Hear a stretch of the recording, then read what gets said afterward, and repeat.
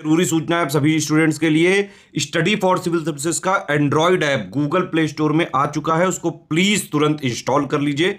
और अगर आप स्टडी फॉर सिविल सर्विसेज के सिर्फ ऐप से कोई भी कोर्स, कोई भी पीडीएफ परचेज करते हैं तो उसमें अप्लाई कूपन, अगर आप ज्ञान सर जो है आप उसमें अप्लाई करते हैं, ये कूपन कोड है, तो उसमें 20% फीस तुरंत माफ हो जाएगी। मतलब 20% डिस्काउंट तुरंत उसमें लग जाएगा। ज्ञान सर लिखना है, नॉर्मली ज्ञान सर स्मॉल लेटर में है सब कुछ, कोई स्पेस नहीं, कोई कॉलम नहीं, सिर्फ ज्ञान सर GYANSIR। इस तरह से अगर कूपन कोड लगाते हैं आप ऐप में बाई करने से पहले, जो अप्लाई कूपन वाले में आता है, तो 20% का डिस्काउंट तुरंत मिलेगा। वीडियो देखिए। नमस्कार दोस्तों, बिहार के जीके का हम लोग कर रहे हैं सेक्शन वाइज टेस्ट। तो इसका नेक्स्ट वीडियो है, आइए इसको करते हैं। आप इसको अटेम्प्ट करके देखिए आपके कितने आ रहे हैं 10 में क्वेश्चन।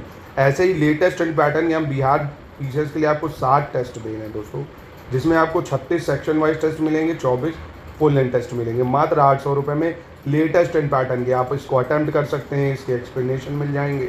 टाइम मैनेजमेंट करके देखिए कितने क्वेश्चन आप कर पा रहे हैं, कितने गलत हो रहे हैं, सब कुछ ऐप में ही आपको हमारे मिल जाएगा। Study for civil services app में ज्ञान सर कोड लगाएंगे तो डिस्काउंट भी 20% का मिलेगा। ठीक है, तो चलिए वीडियो को शुरू करते हैं। क्वेश्चन नंबर देखते हैं जब 41 से कह रहा है 1632 में अंग्रेजी ईस्ट इंडिया कंपनी ने बिहार में शोरा व्यापार पर एकाधिकार प्राप्त कर लिया था। English east India company had obtain monopoly on the salt Peter trade in Bihar. सर्वप्रथम डचों ने पटना कॉलेज की उत्तरी इमारत में 1758 में डच फैक्ट्री की स्थापना की थी। 1814 ईस्वी तक बिहार एवं भारत से फ्रांसीसी गतिविधियां लुप्त प्राय हो गई। ठीक है, तो इनमें से कौन सा सही होगा ये बताना होगा आपको। देखिए, सबसे पहले अगर बात करें अंग्रेजी ईस्ट इंडिया कंपनी जो शोरा व्यापार पर मोनोपोली ली थी वो 1758 में ली थी। ठीक है, तो ये तो गलत हो गया। और सबसे पहले डचों ने पटना कॉलेज की उत्तरी इमारत में 1758 नहीं 1632 में डच फैक्ट्री की स्थापना की थी, तो ये भी गलत हो गया। तीसरा, 1814 में बिहार एवं भारत से फ्रांसीसी गतिविधियां लुप्तप्राय हो गई थी, ये सही है। पर यहाँ सिर्फ 3 कहीं है नहीं ऑप्शन में, तो इसलिए आपको सी टिक करना पड़ेगा। ठीक है, यहाँ सिर्फ ये वाली स्टेटमेंट सही है। 42 देख लेते हैं। निम्नलिखित कथनों पर विचार करना है, कौन सा कथन सही है। 1921 में असहयोग आंदोलन के दौरान सरला देवी के नेतृत्व में सैकड़ों छात्रों ने सरकारी स्कूलों और कॉलेजों का बहिष्कार किया। 1941 ईस्वी में महात्मा गांधी ने व्यक्तिगत सत्याग्रह के आंदोलन चलाया था। 15 अगस्त 1942 को छपरा में शांति देवी की अध्यक्षता में एक विशाल सभा का आयोजन टाउन हॉल में किया गया था। ठीक है, तो इनमें से कौन सा सही होगा। तीनों स्टेटमेंट सही हैं, इसमें कोई भी गलत नहीं होगा। ठीक है, चलिए क्वेश्चन 43 देख लेते हैं, कौन सा है। निम्नलिखित में से बताना है आपको कौन सा कथन सही होगा। तो सबसे पहले 1917 की रूसी क्रांति से प्रेरित होकर इस समय भारतीय क्रांतिकारियों द्वारा हिंदुस्तान रिपब्लिकन आर्मी का गठन किया गया था। दूसरा, बिहार की क्रांतिकारी नेता Khudiram Bose Hindustan socialist Republican army के सक्रिय सदस्य थे। बटुकेश्वर दत्त राष्ट्रीय आंदोलन में से सबसे कम उम्र में फांसी की सजा पाने वाले क्रांतिकारी थे। तो इसमें कौन सा सही होगा दोस्तों। देखिए, पहला स्टेटमेंट बिल्कुल ठीक हो जाएगा यहाँ पे।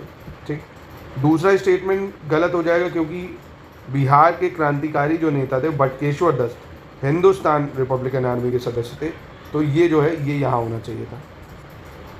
और सबसे कम उम्र में फांसी करने वाले की बात करेंगे तो वो खुदीराम बोस थे। कौन थे? खुदीराम बोस, ये यहाँ पे होना चाहिए था। ठीक है, 2 और 3 गलत है, पहला सिर्फ यहाँ पे सही हो जाएगा। चलिए अगला प्रश्न देख लेते हैं, क्वेश्चन नंबर 44। इन कथनों पर विचार करना है, कौन सा कथन सही है ये आपको बताना होगा। इसमें खारवार आंदोलन या खारवार मूवमेंट 1870, बिहार टाइम्स का प्रकाशन 1894, 12 जून 1857 देवघर के रोहिणी गांव में सिपाहियों का विद्रोह, और बिहार को बंगाल से अलग करने की मांग शुरू हुई 1906। ठीक है, इनमें से कौन सा कथन सही होगा ये बताना है आपको। तो देखिए, इनमें से चारों कथन बिल्कुल ठीक हो जाएंगे, कोई भी गलत नहीं होगा। ठीक है, चारों कथन बिल्कुल सही है। 45 देख लेते हैं। निम्नलिखित कथनों पर विचार करना है, कौन सा कथन सही है। इसको क्रोनोलॉजी में भी आपको लगाना होगा। जैसे ब्रिटिश युवराज की बिहार यात्रा, बिहार में स्वराज दल की स्थापना, पटना मेडिकल कॉलेज की स्थापना, और साइमन कमीशन का बिहार में आगमन। कौन सा कथन सही होगा इसमें, तो मतलब क्रोनोलॉजी बतानी। तो ब्रिटिश युवराज की बिहार यात्रा होती है 1921 में, बिहार में स्वराज दल की स्थापना होती है 1923 में, पटना मेडिकल कॉलेज की स्थापना होती है 1925 में, और वहीं पर साइमन कमीशन बिहार आगमन होता है 1928 में। ठीक है, तो आप क्रोनोलॉजी समझ सकते हो, 1 2 3 4 हो जाएगा इसका। ठीक है, क्वेश्चन 46 देख लेते हैं। इसमें भी आपको कलानुक्रम में लगाना है इसको। जयप्रकाश नारायण द्वारा आज़ाद दस्ते का गठन, बिहार में श्री कृष्ण के नेतृत्व में अंतिम सरकार की स्थापना, बिहार में जमींदारी प्रथा उन्मूलन कानून लागू, और बिहार सोशलिस्ट पार्टी की स्थापना। ठीक है, तो करते हैं इसको। भारत छोड़ो आंदोलन जो है इसके दौरान नहीं, जयप्रकाश नारायण की अगर बात करें तो इनका जो है आज़ाद दस्ता, ये क्विट इंडिया मूवमेंट ही के टाइम वैसे आया था, 1942 ही ठीक है इसका, 1942 का ये इसको। और बिहार में श्री कृष्ण सिंह के नेतृत्व में अंतरिम सरकार तो 1946, अंतरिम सरकार तो भाई तभी बनेगी आज़ादी से पहले ही। और बिहार में जमींदारी प्रथा का उन्मूलन जो है ये होता है आज़ादी के बाद 1950 में। और बिहार सोशलिस्ट पार्टी की गठन तो बहुत पहले ही होती है 1931 में, यानी 4, 1, 2, 3 इसका सही हो जाएगा। ठीक है, 47 देख लेते हैं। कर्मा लोक नृत्य राज्य की आदिवासी जनजातियों में मुख्य रूप से प्रचलित है। छाऊ लोक नृत्य मुख्य रूप से पुरुष नर्तकों द्वारा किया जाने वाला नृत्य है जो युद्ध से संबंधित है। और झिंझिया लोक नृत्य दुर्गा पूजा के अवसर पर सुबह में किया जाने वाला नृत्य है जो महिलाओं द्वारा सामूहिक रूप से किया जाता है। तो कौन सा यहाँ पे सही होगा? चारों स्टेटमेंट सही है, यहाँ पे कोई भी गलत नहीं होगा। ठीक है, 48 देखते हैं। नदी है और ये उद्गम स्थल है। ठीक है, जैसे महानदी है, फाल्गु नदी है, पुनपुन नदी है और कर्मनाशा नदी है। ठीक है, तो इसके बारे में बताइए। अब महानदी है, ये महानंदा नदी, ये नेपाल में स्थित हिमालय की भारत श्रेणी से निकलती भाई। ठीक है, महाभारत श्रेणी निकलती नेपाल से। फाल्गु नदी ये छोटा नागपुर पठार से निकलती है भाई, छोटा नागपुर पठार। पुनपुन नदी की बात करें तो ये मध्य प्रदेश के पठारी भाग से निकलती है, मध्य प्रदेश से। और कर्मनाशा नदी ये विंध्याचल की पहाड़ियों से निकलती है। कहाँ से? विंध्याचल की पहाड़ियों से, यानी इसका सही आंसर 2, 1, 3, 4 हो जाएगा। ठीक है, 49 नंबर देखते हैं। ये नगर हैं और ये नदियां हैं, आपको मैचिंग करनी होगी इसमें। ठीक है, तो सबसे पहले सोनपुर, मुजफ्फरपुर, हाजीपुर, मोकामा, बक्सर, पटना, भागलपुर, मुंगेर, गया, छपरा। अब भैया इसको मैचिंग करिए। तो सोनपुर, मुजफ्फरपुर, हाजीपुर ये गंडक नदी पे, ये ठीक है। मोकामा मतलब पटना, बक्सर, और ये आपका कहाँ पे? गंगा नदी, ये भी बिल्कुल ठीक हो जाएगा भाई। गया जो है ये आपका सरयू नदी पे, ये गलत है, गया ही तो करने जाता है आदमी फाल्गु नदी पे। कहाँ पे? फाल्गु नदी पे। और छपरा सरयू नदी पे। छपरा कहाँ पे? सरयू नदी पे। ठीक है, तो यहाँ पे मैच कर रहा है सिर्फ पहला और दूसरा। ठीक, चलिए 50 नंबर देखते हैं, अंतिम क्वेश्चन देखते हैं। कौन सा कथन सही है बताना है। अभ्रक मिट्टी बिहार के नवादा जिले में रजौली प्रखंड में पाई जाती है। धूसर रंग की मिट्टी को लाल मृदा भी कहा जाता है।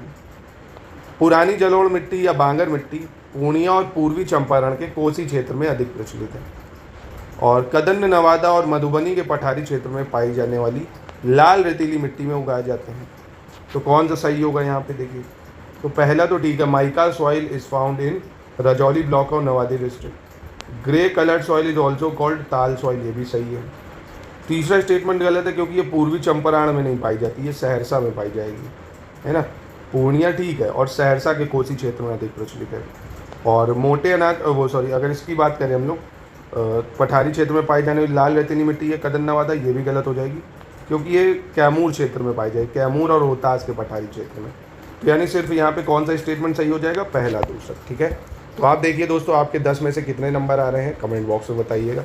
बाकी आप बिहार पीसीएस के लिए किसी और सब्जेक्ट का एकदम कोई रिवीजन करना चाहते हैं तो आप कमेंट बॉक्स में बता सकते हैं, मैं उसको आपको डिटेल में रिवीजन करवा दूंगा।